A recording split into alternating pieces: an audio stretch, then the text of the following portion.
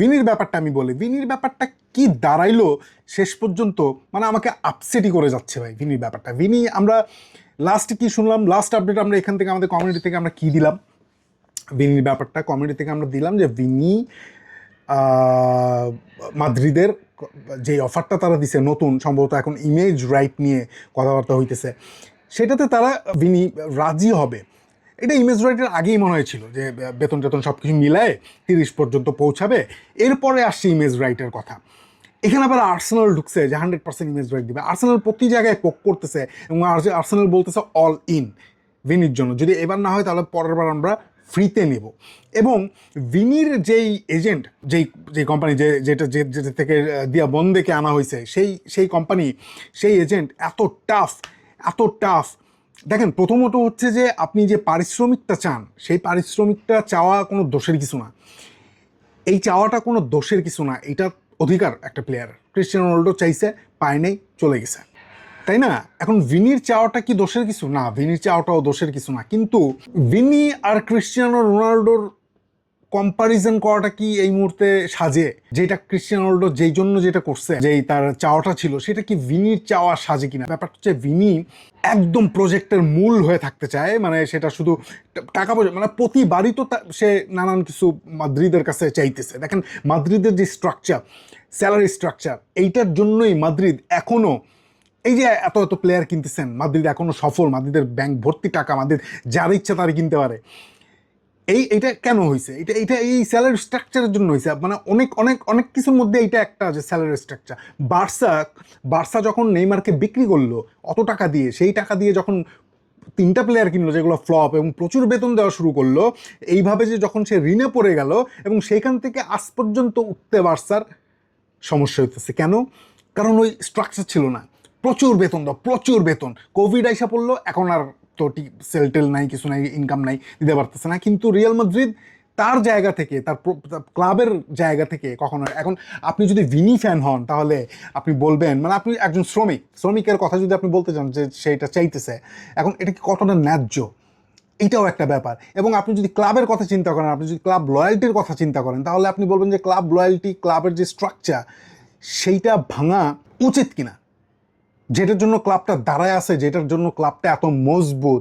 এবং ভিনির জন্য যে মানে যেই আপনার নিউজ হয়েছে মার্কাতে, আমি দেখতেছি যে ভিনি এমনভাবে পুশ করতেছে রিয়াল মাদ্রিদকে, যেটার জন্য মানে এমন কিছু কথা শুনতে হইতেছে যে বেঞ্চে বসায় রাখবো, তোমাকে সেল করে দিব, সেটার জন্য তুমি না করতে পারবে না, সমগ্র সিজন বেঞ্চে বসায় রাখবো, কিছু বলতে পারবে না। এগুলো তো অপমানজনক কথা। এবং এইটা হইতেছে, এটা ভিনির মাথা থেকে হইতেছে না, এটা হইতেছে ওই যে ওদের যে এজেন্ট কি রক কি সামথিং, দে আর ভেরি, মানে খুবই ব্যাড, এবং খুবই ব্যাড বলবো না, প্রফেশনাল জায়গা তো ব্যাড বলা যাবে না, এটা তারা খুবই স্ট্রিক্ট।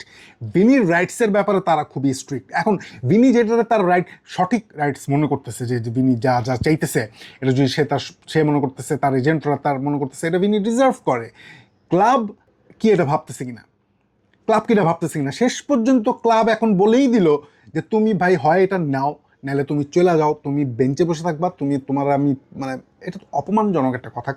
এবং এটা ভিনি ক্লাবের থেকে টাইনা নিয়ে আসছে এই কথাটা, ভিনি বাধ্য করছে ক্লাবকে এই কথায় আসতে। এখন ফাইনাল কথা আমি যেটা বলতে চাই সেটা হচ্ছে যে আমাকে লন্ডন বিশ্বাস করে, আর্সেনাল অল ইন সবই ঠিক আছে, লন্ডন বিশ্বাস করে ভিনি রিয়াল মাদ্রিদের সাথে ফাইনালি রিয়াল মাদ্রিদের সাথে যুক্ত হয়ে যাবে। লন্ডন এটা বিশ্বাস করে। এবং ভিনিসিয়াস জিনিয়াস, এই যে এত ঘটনা ঘটানোর পরে যখন সে মাদ্রিদের সাথে, প্যারেজের মনের থেকে কি ভিনি উঠে যায় নাই? ভিনি এটা কি বুঝতে পারতেছে না যে ভিনি কেন এটা করতে? ভিনি কি বুঝতে পারতেছে না যে ভিনি রিয়াল মাদ্রিদের মেইন প্রজেক্টের মেইন সেন্টার মেইন ম্যান, যেটা হওয়ার জন্য সব সময় ভিনি, আমরা গত এমবাপ্পে আসার পরে যেটা দেখতেছি, যে মেইন ম্যান হওয়ার জন্য ভিনি যা ইচ্ছা তাই করতেছে, এবং সকল দায়ভার ভিনিকে নিতে হয়েছে অনেক সময়। এখন যেই জায়গায় নিয়ে আসছে ভিনি, রিয়াল মাদ্রিদকে ঠেলতে রিয়াল মাদ্রিদ বাধ্য হয়েছে ভিনিকে, ভিনির জন্য, এটা ভিনির রেপুটেশনের জন্য এটা খুবই বাজে কিছু শব্দ, কিছু বাক্য শুনতে হইলো আমাদেরকে ভিনি ফ্যান হিসেবে। আমরা ভিনির সবচেয়ে ভালো চাই, কিন্তু আপনি যখন ক্লাবের কথা চিন্তা করেন, আপনি একটা ক্লাবে খেলতেছেন রিয়াল মাদ্রিদে, আপনার আচরণ, আপনার এজেন্টের আচরণ ক্লাবের প্রতি, ক্লাবের স্ট্রাকচারের প্রতি, এটা ডিস্ট্রাকটিভ, এটা ক্লাবের পুরো ভিত্তিটারে নাড়া দেয়, এবং যেই ভিত্তির উপর ডিপেন্ড করে রিয়াল মাদ্রিদ আছে এবং আপনি আছেন, এবং আপনার স্যালারিও কম না, আপনি সব মিলে 30ই পাইতেছেন, কিন্তু আপনি চাচ্ছেন কি? আপনি চাচ্ছেন আপনি চাচ্ছেন যে আপনি এই সব কিছুর মধ্যে দিয়ে, আমার কাছে মনে হইতেছে যে এক ধরনের মানে ভিনি হচ্ছে যে অ্যাটেনশনটা সিক করতেছে, যেটা এমবাপ্পের দিকে চলে গেছে, এটা আমার মনে হইতেছে। এখন এটা কতটা যৌক্তিক, কতটা ঠিক, সেটা বিচার করবেন আপনারা। আমার কাছে মনে হয় ভিনি ফাইনালি রিয়াল মাদ্রিদের এই অফারের রাজি হবে, এবং রাজি হইলেও পরবর্তীতে আমার মনে হয় না প্যারেজের মনে ভিনির জন্য জায়গাটা আর ঠিক থাকবে কি না, এখানে আমি একটা সন্দেহ রাখি। এবং আর্সেনাল যেটা চাইতেছে ভিনিকে নেওয়ার জন্য, আর্সেনাল খামাখা চাইতেছে না।